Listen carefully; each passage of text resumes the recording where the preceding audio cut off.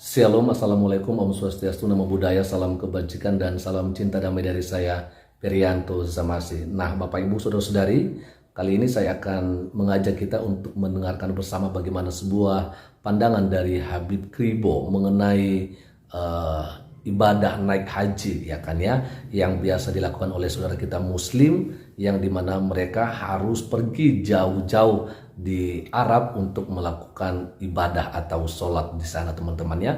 Dan menurut Habib Kribo, ya ngapain kita harus jauh-jauh ibadah kalau misalnya orang yang ada di dekat kita saja kita tidak bisa membantu mereka. Nah, Bapak Ibu, tidak lagi berlama-lama, langsung saja kita akan mendengarkannya lewat video berikut ini.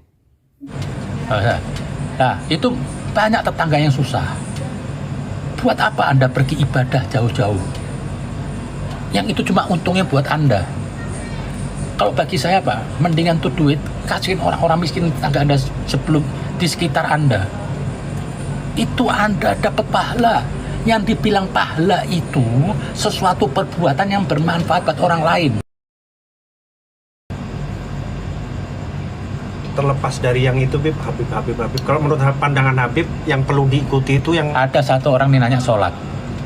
Ini pertanyaan dosa, tidak baik. Sholat itu urusan kita pribadi dengan Allah. Harusnya apa? Kita jaga. Kalau perlu orang lain tidak ada yang tahu. Ada perkataan tuh, jagalah ibadah ritual Anda.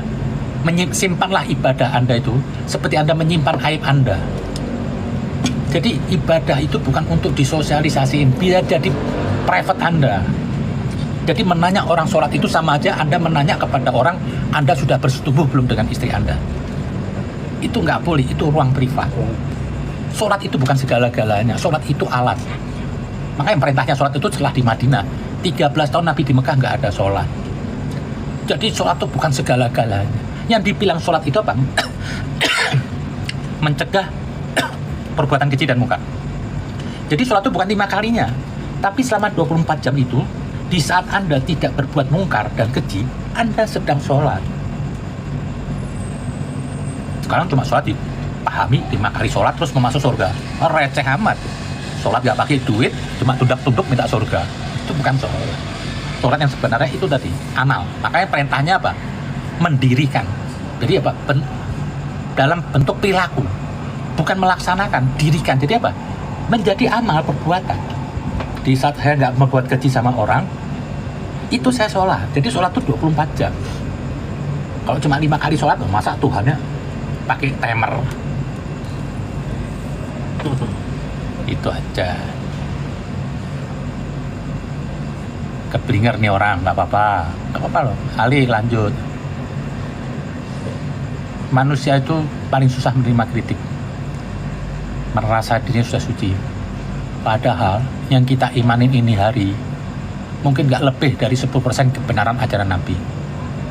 Sudah banyak penyimpangan ini. Islam sudah tidak lagi rahmat. Islam sudah jungkir balik. Orang lebih senang meributkan ritual dan atribut ketimbang hablum minan nasnya. Kalau emang benar Anda tuh hablum minan nas, Anda gak akan usil dengan orang lain. Kenapa? Diri Anda belum sempurna. Habiskan waktu Anda untuk bisa mendekat ke Tuhan, supaya diterima sama Tuhan. Daripada Anda sibuk ngurusin orang lain. Oh, dia bakal masuk neraka. Janganlah. Nabi aja gak begitu. Zengwezian.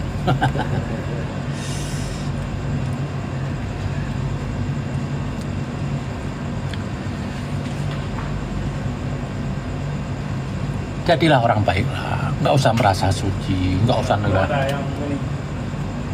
Saya terima 600.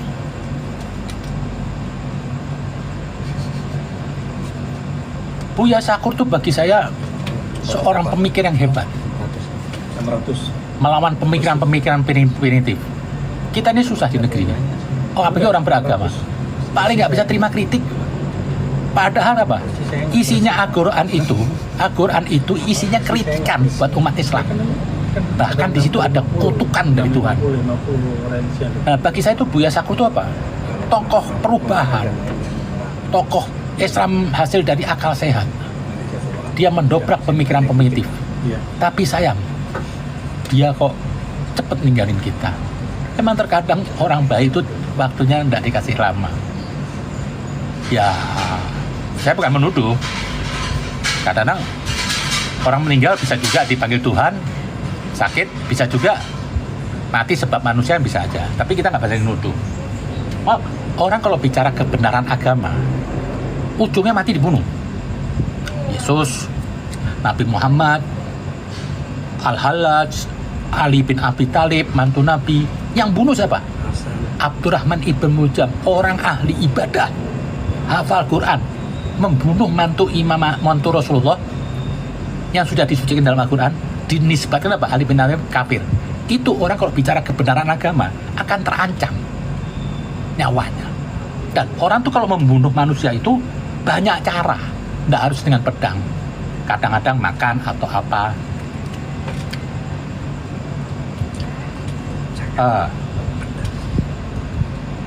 Jadi itulah, saya ini ingin ngajak semua yang dengar sini, ayo kita sama-sama dewasa, kita nggak usah jadi maki, kita diskusi yo. Saya bukan kebenaran mutlak. Memang kata Nabi pernah berkata apa? Punggungku dipatahkan oleh orang-orang bodoh beragama dengan kebodohannya. Itu Nabi. Lebih baik kita menghadapi 1000 lawan yang berakal daripada kita ngadepin satu orang bodoh. Karena kebodohan itu apa? Sumber segala keburukan. Sudah susah. Satu sifat yang nggak bisa dirubah sama Tuhan itu orang bodoh. Karena dia nggak mau pinter. Tuhan yang mau ngajak pinter, dia nggak mau. Oh, maksudnya kayak menutup diri. Iya, menutup. Sombong ya. Iya. Satu yang nggak bisa disifat sama Tuhan itu dirubah orang bodoh. Karena dia nggak mau diajak kebaikan. Tapi kasihan adalah orang-orang bodoh, orang yang sinis. Saya tuh nggak pernah benci. Saya kasihan aja.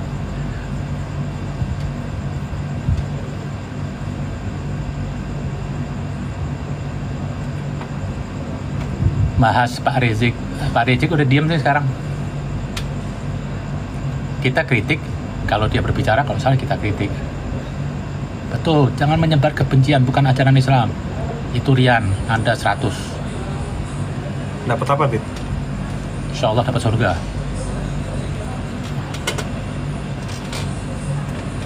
Emang satu, kalau kita bicara suatu kebenaran atau apapun, itu neraka bagi orang yang jahil, neraka bagi orang-orang yang primitif.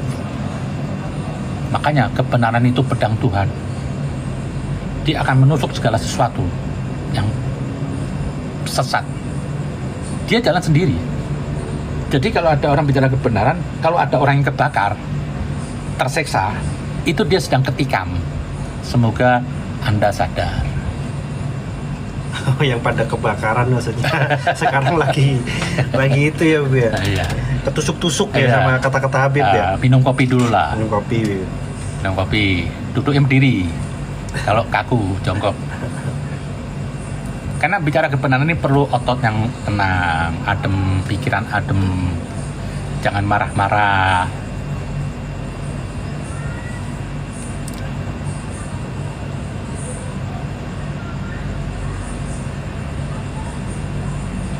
Insya Allah lah. Semua orang punya kemampuan loh, kalau Anda mau belajar. Yang penting apa? Harus berani kita berbicara yang menurut kita benar. Jangan pernah takut. Itu ada yang tanya bahas haji, Bib. Haji.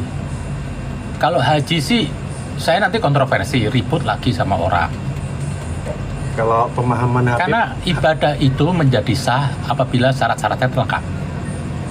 Contoh, seorang wanita itu boleh sholat di saat dia tidak dalam keadaan haid. Kalau dia haid, justru tidak baik sholatnya. Haji pun juga begitu, ada syarat-syaratnya. Apabila apa?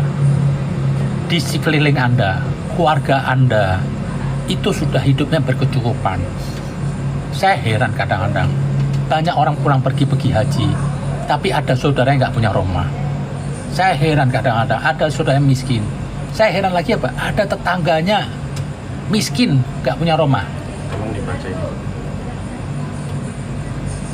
Dibaca. Bib.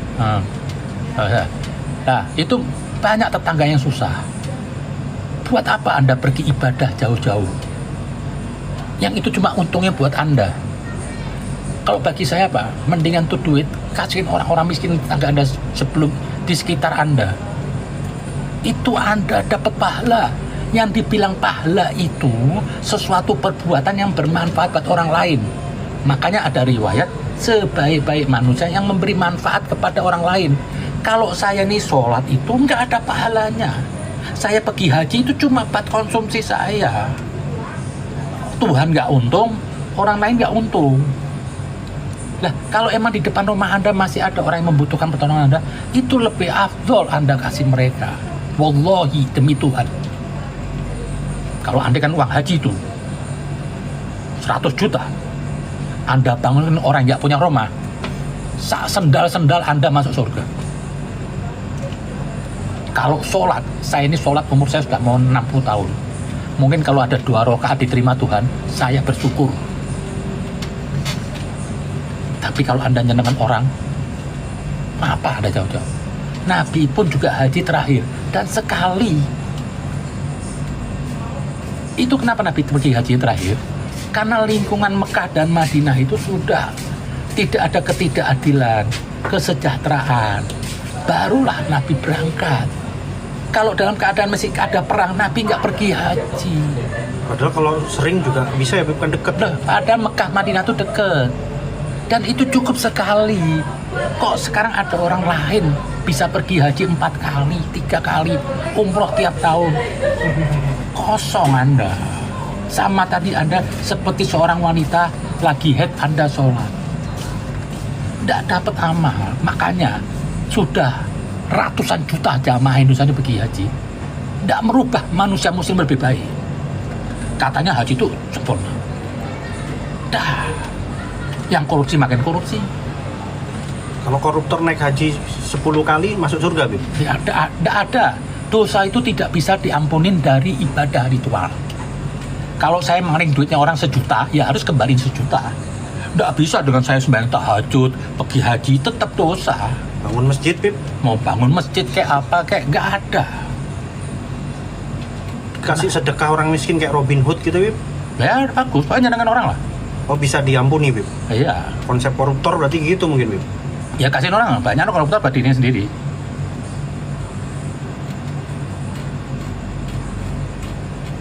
Dosa itu harus dibales. Ya kalau saya duitnya orang ya harus dengan perbuatan dong. Kok enak? Saya nyolong duit orang terus minta maafnya sholat. Sholat nggak pakai duit, cuma tenaga. Dosa itu bisa diampuni apa? Dengan sedekah. Ada perkataan Nabi apa? Bersedekahlah Anda. Hanya dosa-dosa besar itu bisa diampuni dengan sedekah. Jadi Anda pergi haji minta diampuni dosa? Enggak. Oh, enak amat. Sama aja gini haji. Anda makan biar badan Anda sehat. Kan menjaga kesehatan lebih afdol daripada ibadah ritual kan. Terus Anda makan, Anda terus minta pahala. Enak amat. Yang enak Anda sendiri. Masa sudah makan kenyang minta pahala? Sholat pun juga begitu, bukan cari pahala. Sholat itu konsumsi pribadi, seperti makan tadi. Masih ibadah. Ya kalau orang Islam sholat, orang Kristen ke gereja, orang Yahudi ke sinagog, orang Hindu ke kuil, nggak masalah. Pokoknya semua tempat ibadah itu baik untuk mendekat ke Tuhan.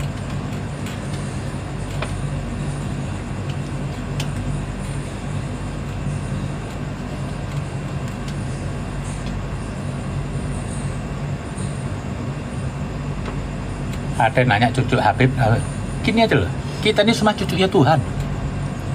Hanya satu manusia ini, makhluk yang paling agung di dunia itu ciptaan Tuhan adalah manusia. Bahkan lebih mulia dari surga dan lain-lainnya. Kenapa? Hanya manusia yang tercipta langsung dari roh Tuhan. Wa nafakhtu min ruhi. Manusia itu tercipta dari roh Tuhan. Putus.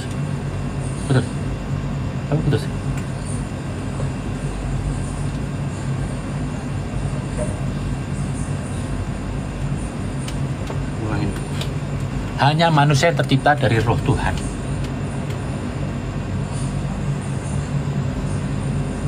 Apa tadi membahasnya, Pak? Ya, jadi tidak perlu Habib. Manusia ini semua ini makhluk yang mulia. Di diri manusia itu ada Tuhan. Yang menggerakkan tubuh kita, jiwa kita itu Tuhan. Begitu kita mati, jasad kita itu berarti apa? Lepas dari Tuhan, roh kembali ke Tuhan. Jadi kita harus jaga ada Tuhan di sini. Jangan Anda zalim sama orang, malu ada Tuhan di sini. Jadi kita tidak perlu dengan label-label suku-suku mau Tionghoa, Batak, Jawa, Arab, Habib, semua sama ciptaan Tuhan. Jangan Anda sakitin mereka. Menjadi Habib itu bukan suatu prestasi loh. Kalau menjadi Habib itu prestasi, berarti semua Habib Superman dong. Buktinya saya nggak punya duit, biasa-biasa saja. Dan Habib itu bukan tolak ukur kesempurnaan. Anak Nabi ada yang kafir, anak Nabi Nuh. Istri Nabi ada yang kafir, istri Nabi Nuh. Bahkan di Al-Quran dibilang, di surat Al-Hadid, banyak dari keturunan Nabi yang fasik. Jadi Anda kalau melihat Habib itu, jangan Anda anggap orang suci. Besok ada Habib zina, Anda teriak-teriak.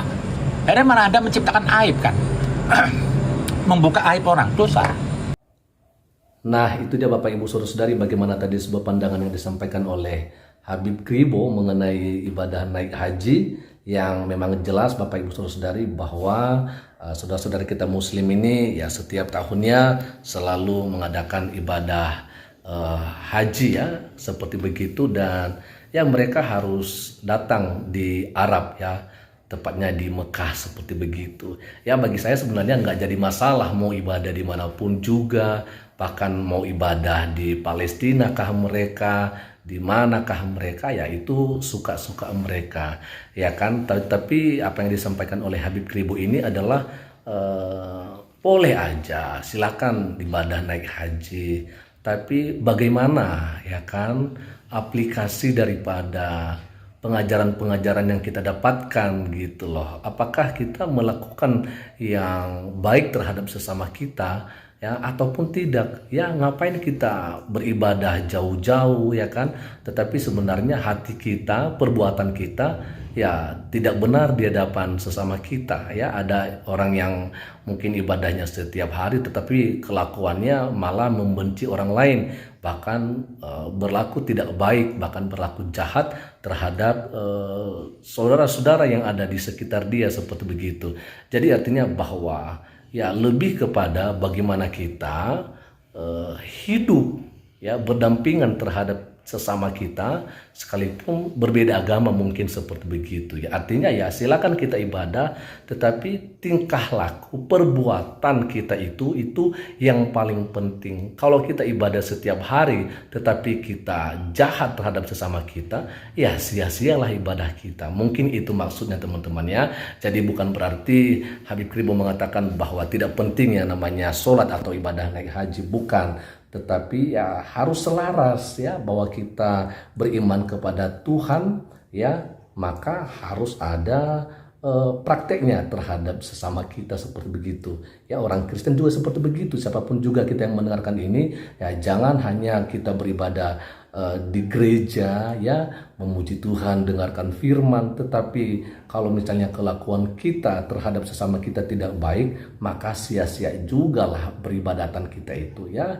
Jadi ibadah dimanapun, jauh dekat silakan ya kan, tapi daripada jauh-jauh kita buang-buang uang ya untuk beribadah di sana, tetapi kelakuan kita pun tidak baik, ya sama aja bohong kan seperti ini. Terima kasih dan Tuhan Yesus memberkati kita semua. Shalom. Assalamualaikum. Om Swastiastu, Namo Buddhaya, salam kebajikan dan salam cinta damai dari saya Perianto Zamasi.